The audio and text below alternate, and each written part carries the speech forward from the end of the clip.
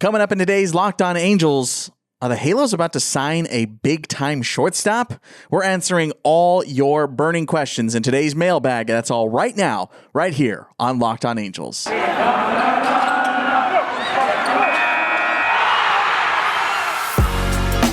You are Locked On Angels, your daily Los Angeles Angels podcast. Part of the Locked On Podcast Network, your team every day. Hey, what's up, everybody? Welcome to Locked On Angels, part of the Locked On Podcast Network, your team every day. And thanks for making Locked On Angels your first listen of the day every single day. I'm your host, Steve Granado. You can shoot me a follow over on Twitter at Steve Granado, Granado.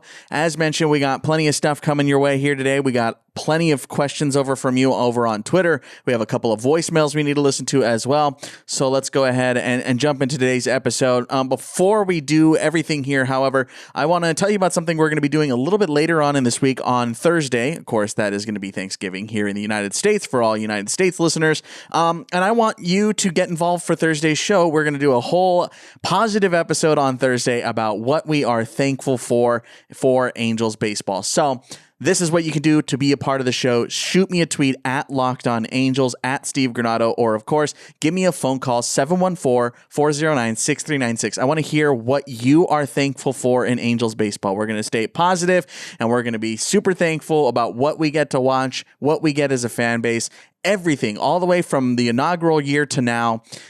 Whatever you're thankful for, if you're thankful for 2002, if you're thankful for Shohei, if you're thankful for Joe Madden's bus, everything. I want to hear all the positivity. We're going to just be super, super happy on Thursday and be thankful. So shoot me a tweet or give me a phone call. Again, that phone number is 714-409-6396. It's in the episode description. All right, let's go ahead and jump in to today's mailbag. We got a couple of questions about the shortstop situation, so that's what I want to address first. Here are the questions right here. We got one from Wes, who said, realistically, what's the Angels shortstop market looking like? And we also got one from Hordez, who said, which shortstop do you think the Angels are going to go after, or are they going to move Fletcher to short? Thanks, guys. I wanted to pair you guys up because obviously you both asked pretty much the same question. Hordez took it a step further, so let's talk about it. We kind of touched on this a little bit earlier here in the offseason, but I don't think the Angels are going to go after one of the big free agent shortstops right now. Your Correas, your Baez's, Story, Seager, those I don't think are going to be part of the Angels' plan moving forward.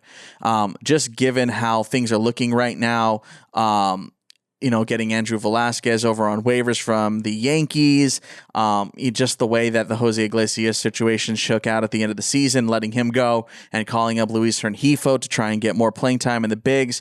I think the Angels will probably try and get something in the shortstop area, but I don't think they're going to make this massive splash like a Carlos Correa for a 6-year deal or anything like that. I think they might go after guys like either Jordy Mercer or Ehire Adrianza, two lower level shortstops, quote unquote, guys to kind of just fill the space. As far as for Angel success, I don't know if they necessarily need a big time shortstop. I echo the same sentiment every single time. I know that I wouldn't say no to taking a big time shortstop, but I don't think it's necessarily super, super crucial for the Angels to be making a move in this spot. Again, I'll take one. As far as moving Fletch to short, I think that still is 100% a possibility. As far as his glove is concerned, that's not really much of a question anymore. If there's more movement for a second baseman that makes more sense, then that might be something that moves forward as well. So I again don't think that in the way Wes put it, realistically, I don't think the Angels are going to go after one of the big name shortstop. I just don't think that seems to be in the cards. Just my opinion. I have no insider knowledge, but that just seems to be from the moves that they have made in recent memory. Doesn't seem necessarily like they're going, all right, we got to go out and get these shortstops. I think they might go after some of the older guys or some of the guys that aren't going to necessarily pull all the massive interest like the big names on the market. Thanks to Wes and Hordez for shooting over some tweets. Of course, you can always do that. We always ask on Sunday for your tweets at Locked On Angels. We got another one we're going to answer here in the first segment. Then we're going to take some some voicemails coming in from Bucky. We got one from Bucky here. You sent in a tweet last week, and you're sending a tweet again. Thanks for shooting us a tweet today, Bucky. Are you surprised that the Angels only protected Elvis Paguero from the Rule 5 draft? Anyone you are worried about getting picked up from the Angels system? So yes, the Rule 5 draft. The players had to name, or teams rather, had to name which players they were going to protect and add to the 40-man roster. The Angels only added Elvis Paguero, so that means that there are many names that are now ineligible to be protected from the Rule 5 draft. If you don't know what the Rule 5 draft is, it's kind of weird, to be totally honest. It's like a secondary draft, essentially of guys that are already in systems that teams can go in and snatch up that they run out of their service time situation in the minors, and then they are available for the Rule 5 draft. Famously, one of the biggest Rule 5 draft pickups of all time was Roberto Clemente. He was picked up by the Pirates from the Brooklyn Dodgers. It was a little shocking, but I think what more so here is that the Angels didn't necessarily have the room on the 40-man roster that they wanted to try and add some of the other guys. Of course, Elvis Paguero is one of the higher thought of guys in the system now. He came over from the Yankees in the Andrew Heaney trade, so it wouldn't have made much sense to let Paguero, quote unquote, walk in that situation. He, of all the names, was one of the top guys that is likely to make it into the majors in 2022. So I think that's why they added Elvis Paguero and then DFA'd Junior Guerra. So yeah, I think that was kind of like a real sticking point, because if you didn't, then you lost half of what you got back from Heaney, because Paguero probably would have been picked up. The Angels did not add Michael Stefanik, and they didn't add Orlando Martinez, Deshaun Knowles, Livian Soto, Robinson Pina, some of the bigger names in the organization. But you got to remember, as far as Rule 5 is concerned, at least from where major league teams are coming at, what comes into a big account is how close they are to the majors. Because if you take a player in the Rule 5 draft, they have to be on the active big league roster, because barring injuries and stuff, for the entirety of the next season, so all of 2022. So the odds of Deshaun Knowles being in a major league roster in 2022 are pretty low, right? And that's probably where the Angels are coming at here. They're like, well, we don't need to DFA anybody or outright anybody or do anything like that, because we know Deshaun Knowles isn't necessarily going to be here next year, or Livian Soto isn't going to be here. Robinson Pina is not going to be here. The one that is a little startling, you asked me, Bucky, is there anyone that I'm worried about, is Michael Stefanik. I think it would be really tough to lose Michael Stefanik. He is obviously a great bat, a really, really good bat, and he really proved himself at AAA this year, and everywhere he made a stop at this season. We talked about him during our minor league week, but I think it would be really tough to lose Michael Stefanik. I think he's a guy that I've pitched as potentially filling a utility role, playing off the bench, and might being a really important player to have like in the postseason, or like in September when you're trying to make a run. I'm worried about Michael Stefanik being picked up. If the Angels can hang on to Michael Stefanik, I think that'd be really, really huge. He obviously doesn't have the glove that you would hope at the major league level. That's the only thing that's holding him back. There's no question that he can hit. I think that's the big one. If the Angels can hopefully, fingers crossed, keep Michael Stefanik in the system, then I think that's going to be the best thing moving forward.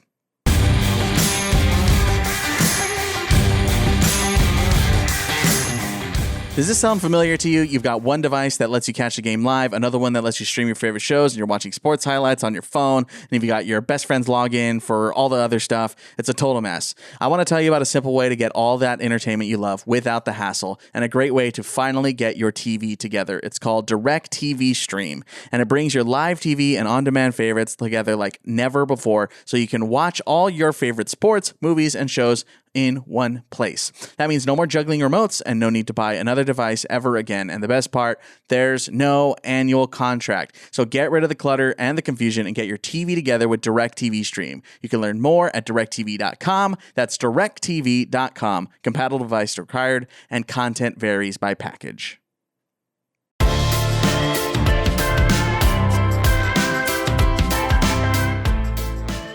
All right, we got a couple of voicemails here on Locked On Angels, your first listen of the day. Let's go ahead and jump right to them. This is voicemail number 1. Hey, Steve, this is Cy. I called it on the first episode that you had callers in when you took over, and just here to react to the Noah Syndergaard signing. I guess I can't be too mad. I think it's still slightly a little bit of an overpay, $21 million and a second-round pick. I mean, hey, who am I kidding? This organization can't draft well in the first few rounds anyway, so it might not even matter if we lose the second-round pick. $21 million, it's a lot. It's a little bit overpaid, but hey, you know what? It's only for 1 year, so I guess you can't be too mad. But what this team needs to do, what Perry and Artie need to do, they need to spend all on pitching. I know it sucks that Rysel, he turned down the qualifying offer. Hopefully they can bring him back. If not, if he goes somewhere else, they need to bring in a closer bat. Spend it all on pitching, bullpen, starting rotation, it doesn't matter. If the Noah Syndergaard signing, if this is their only big name acquisition in terms of pitching this year, then it's just another freaking wash. The season's over. But yeah, hopefully this Noah Syndergaard signing is just a small step. I know $21 million, you can't really say it's a small step, but they need to bring in someone like a Stroman. They need to bring someone in like Robbie Ray, one of those Giants pitchers. They need to bring in somebody. This cannot be the last signing. Artie needs to freaking break the bank, go all into the luxury tax. You have this stacked lineup. Don't even make any moves as far as position players. I could care less about them. They need pitching. Hey, Cy, thanks for calling back in, man. Appreciate hearing your voice. Of course, you can always give us a call, 714-409-6396. Yeah, you're pretty spot on here. Noah can't be the only signing, right? We've kind of touched on that already. We touched on that. If you missed that episode of Noah Syndergaard is now an Angel. Now what? That episode right here on YouTube. Of course, if you're watching and if listening, it's over on the audio side. Just scroll back a few episodes. But yeah, Noah Syndergaard cannot be the only signing. That's pretty clear at this point that it is domino number one of what needs to be a couple. We have laid out Stroman, Scherzer in our Making the Case series, and we do plan on doing Robbie Ray potentially this week, so long as nothing major happens. That is in the cards, and potentially also doing Luis Castillo if the Angels should trade for him. We'll be looking at here either this week or next week. So keep an eye out for those episodes. Cy, I think you're right on the nose there, dude. I appreciate you calling in. Again, 714-409-6396. Gotta make more moves. This ain't it. This is just the beginning of it. Thanks for your call. All right, this one is a little bit longer, so let's go ahead and take a listen. Hey, Steve. My name is Lake. I'm just calling to discuss the Noah Syndergaard deal and the Angels pitching needs moving forward. Look, I think it's tough to be anything but excited as an Angels fan. I think it's really important that we look at how desperate we've been for pitching, and we rejoice in this day. I mean, many times in the past offseason, it's not like the Angels were not going after pitching, but more so pitchers were choosing not to come play in Anaheim. So not always are the details of offers released, but that has been the theme previously with guys like Garrett Cole and other top-notch free agents. We definitely were in on conversations, had a deal on the table, and free agents just chose not to come play for us. The fact that Noah wants to come, wants to be around our star-studded roster, wants to potentially get Mike Trout, Shohei Ohtani into the playoffs is super exciting. The durability question is always something to be concerned about, but there's been plenty of guys who have come off of their second Tommy John surgery and played plenty well enough to get back to star status. As for the rest of our roster, I think it's super important that we are able to knock out the Jaime Barrias, the Griffin Cannings out of the bottom end of our rotation and keep them for middle relief and keep them for spot starts.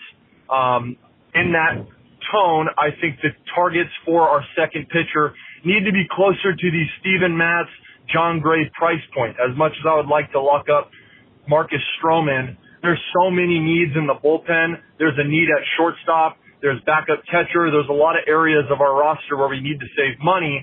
Now with Noah, we're closer to the $150 million mark, and knowing Artie, it'd be tough to get him up to the $200, $205 million mark. So given that, if we spend $20 million a year on Stroman, that leaves pretty slim pickings for our shortstop position and our bullpen, which seems to be what we've done in the past, kind of piece together the pieces that we forgot on our roster and go from there. So the hope for me is sign a Steven Matz to something along the lines of a 3-year, $40 million deal. Keep him right around that $10 to $15 million range. Leave some room for Rysel Iglesias, Kenley Jansen, back into the bullpen piece. Maybe Colin McHugh for another sure arm in the 7th, 8th inning. And then potentially a piece like Jonathan Villar, somewhere $5 to $10 million for our shortstop position rather than picking someone up for $1 million or $2 million. And having a huge hole in our lineup. So that's what I'm hoping for. Super excited to see Thor in an Angels uniform. Go Halos, hoping for a playoff run in 2022. Thanks so much. Hey, Lake, thanks for calling in. I think this is your first time. I don't think I've heard your voice before, so thanks for calling in to Locked On Angels. Yeah, dude, if you hit on something important here, yeah, Thor chose the Angels. He chose the Angels, and it's kind of documented at this point. And we didn't really get a chance to talk about it because when we made the episode about Noah Syndergaard, it was a little bit... It was a little bit still fresh, so now all the stories that kind of come out, and we know more about what happened with Perry and how it all came to be, right? So yeah, he chose the Angels, and I think that's a big step forward. The Angels missed out on many free agents in the past, and it seems because not that they weren't necessarily offering some of the money and the years, but players didn't necessarily feel that love for the organization. So for Thor to go, yeah, I want to come here, I think it's going to better my career, then I think that's absolutely awesome. And for the second part, I'm not going to pick on you here, Lake. This is something that everybody does. So I just wanted to use your voicemail as a springboard to have this conversation rather quickly here. I say this a lot, and I've touched on it here on Locked On Angels as well. But the conversation around baseball owners and money in the game and overpay and all this stuff, right? Like overpay for this player, or, oh, well, I think we overpaid for him and they need to balance the budget and all this stuff. The conversation around baseball owners and money, and especially Artie Moreno, it needs to change. And I understand that a lot of fans are coming at in the scope because they know roughly where Artie's going to be spending, right? How he's spent in the past, and this is where mostly everyone's coming from when they do this, right? But we as baseball fans, we need to be careful how we talk about these things, and this is something I really want to echo to you folks is, again, I'm not trying to pick on you, Lake, at all. I just wanted to use your conversation. It's a really good starting point because, remember, Artie is worth $3.6 billion, 3.6, and the Angels aren't the only way he makes money, right? He's got money from other stuff, right? 3.6 billion. That's a lot of money that this dude is worth. All right. And you got to remember too that Major League Baseball's revenue has continued to grow year after year after year. And forget about 2020. It doesn't, make any sense.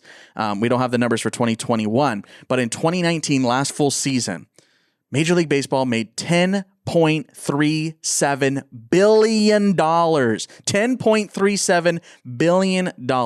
And the reason I'm bringing this up now is because we're coming up on this lockout here, right? December the 1st. That's when the CBA runs out, and we are all anticipating a lockout. So why I want to talk about this here is because you're going to start hearing all these owners cry poor, right? The Rays of the world, the Oakland A's of the world, Baltimore, all these teams are going to start crying poor, and they're going to try and use every tactic to try and take more and more revenue away from the players, right? That's where the players are coming from. Like, you are making hand over fist here. $10.37 billion in 2019, right? $10.37 billion. So they're going to try and do this over and over again. So I wanted to warn everybody that right now, before the lockout starts, just be careful what you're reading and be careful the spin that it's written in. They're going to try and spin expanded playoffs as a good thing for fans, right? More teams get in. That means more fans get to go to the ballpark. In actuality, they want the TV revenue. They want the ballpark ticket revenue if their team can make the playoffs. And it ultimately leads to a less competitive landscape, right? If more teams can get in, that means less teams are trying harder. That means less teams are paying for players because they don't have to anymore. So they're going to try and spin it as a good thing for fans, but don't let it fool you. Just be careful, okay? Because these conversations are coming fast, and they're going to hit you in a couple of days. December 1st is 9 days away if you're watching this when this is uploaded. So it's coming. This conversation is going to keep coming over and over and over again. Artie's got $3.6 billion. Every owner, that includes the Rays, that includes the A's, all of them can buy any player at any time if they wanted to. They use the luxury tax as a crutch. They cry poor about the ballpark, and they're trying to get the city to pay for the ballpark and all these kinds of things, right? This happens all over the place in every sport. But baseball is not poor. Owners are not poor. Don't let it fool you. Lake, thanks for your call. Again, I wasn't picking on you at all. I just wanted to make sure this is a super important time that we talk about this, and we will continue to talk about it throughout the lockout.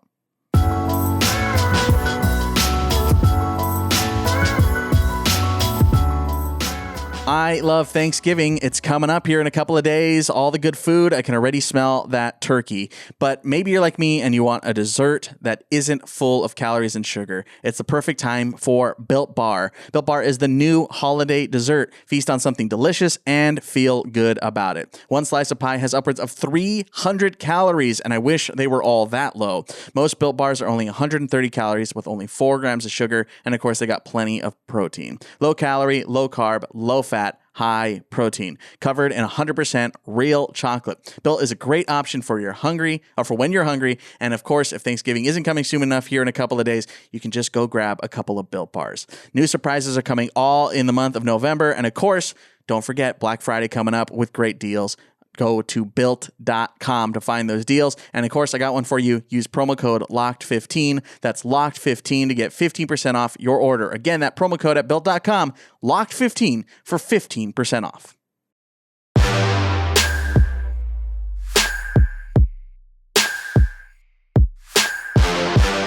All right, back here on Locked On Angels, final segment. Let's go ahead and wrap up this Monday show. We got a couple of more tweets from you folks over on Twitter. This is coming from Carlos, Angels fan 04 on Twitter, saying, what are the chances the Angels end up with either Stroman, Ray, or Gausman? I think we need a pitcher that can go over 150 innings. Also, do you think the Angels get one of the top 5 big shortstops? Of course, I already touched on that, Carlos. So I'm sure you saw that. Yes, I don't think they get a top 5 shortstop. Okay, pitcher that gets over 150 innings. Yeah, I'm right there with you, man. I think it's always a crapshoot whether a team gets somebody. Stroman, Ray, or Gausman. I mean, those are obviously the big targets, right? So we will see. I think I'd like to err on the side of chances are high to get Marcus Stroman. That is the goal, obviously. So we will see if that ends up being the case. I still think he's got to be number 1. Robbie Ray, I am a little less sold on just because of the track record in Arizona. But, I wouldn't be super upset if they ended up getting him. And I think Kevin Gausman is also kind of in that same boat. Doesn't necessarily have the track record, but had a really good 2021. So we will see. We will see. Carlos, thanks for your tweet, man. Next one. Here we go. This one is coming from Gregory Manning over on Twitter, saying, why did they build the on-site apartment complex, the George, as that seems to limit the options for on-site construction of a new stadium? Greg, thanks for your tweet. I wanted to open this one up to Angels fans. I don't really know. So I tried to do a little bit of research on the George, which is obviously like on the plot, right? There's a couple of there's the other ones right there on Catella near State College. And also those apartments right there, right across from the Grove. But as far as the George, I couldn't find who actually owns it. It looks like it's owned by like a mega corporation conglomerate situation going on there. They opened back in August of 2017. So it's been about 4 years now, a little over 4 years. So I don't really know if the Angels have any stake in that, if the city sold that part of the land. I actually don't know. So I wanted to open up and see if anybody else actually had more information on this, because it is interesting. I mean, I have looked at those apartments. I mean, they're insanely luxury and insanely expensive. Who wouldn't want to live there? But yeah, I am curious to see if anybody else has any information on that. So if you do know, hit me in the comment section right here on YouTube, or of course you can send me a tweet at Locked On Angels or at Steve Granado. I am curious. Greg, thanks for your question, man. But it's something that is a little out of my scope. So I'm curious if Angels fans have more information on that. That's what we're all here for. We're building that community. So might as well help community members out. Thanks for your tweet. Of course, Monday mailbags every Monday at Locked On Angels. We send out the tweet on Sunday mornings asking for your questions. And of course, we are doing this throughout the entirety of the off season, which we are, by the way, still 5 days a week, every day, Angels baseball here on the Locked On Podcast Network. Give me a call. 714-409-6096. You guys have been awesome about giving me phone calls recently. 714-409-6096. Don't forget to tell me what you're thankful for. I will be recording that episode a little early here in the week, so you kind of got to do this quick. I want to spend some time with my family and stuff and enjoy the holiday weekend. So give me a call, 714-409-6096. It's on or in the episode description. Don't worry, still 5 episodes this week. They will come out every single day this week. Check out my other podcasts, Our Game and Movies I Should Have Watched, a baseball docuseries, Our Game, and of course the movie podcast. We're watching old movies. We love it. It's fun. You guys know about these episodes or these shows by now. You should check them out. They're super fun, especially now that it's the holiday season. Things are going to start slowing down, so you're going to need some things to listen to. Don't worry. They come out, or at least Movies I Should Have Watched comes out every Wednesday. I want to thank you for making Locked On Angels your first listen of the day. For your second listen, check out Locked On Bets, your daily one-stop shop for all your gambling needs. Locked On Bets, hosted by your boy Q, with expert analysis and insight from Lee Sterling.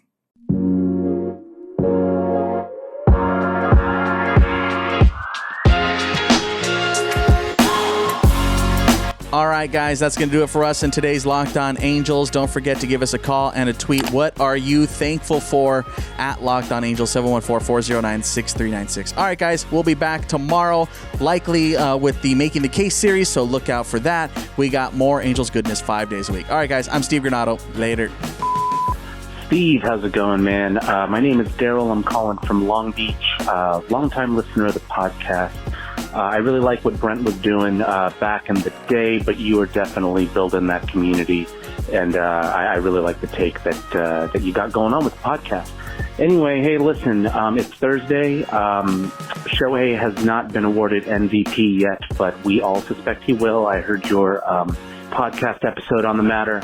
I just want to say, man, I called this back in April. My son and I went out to the game.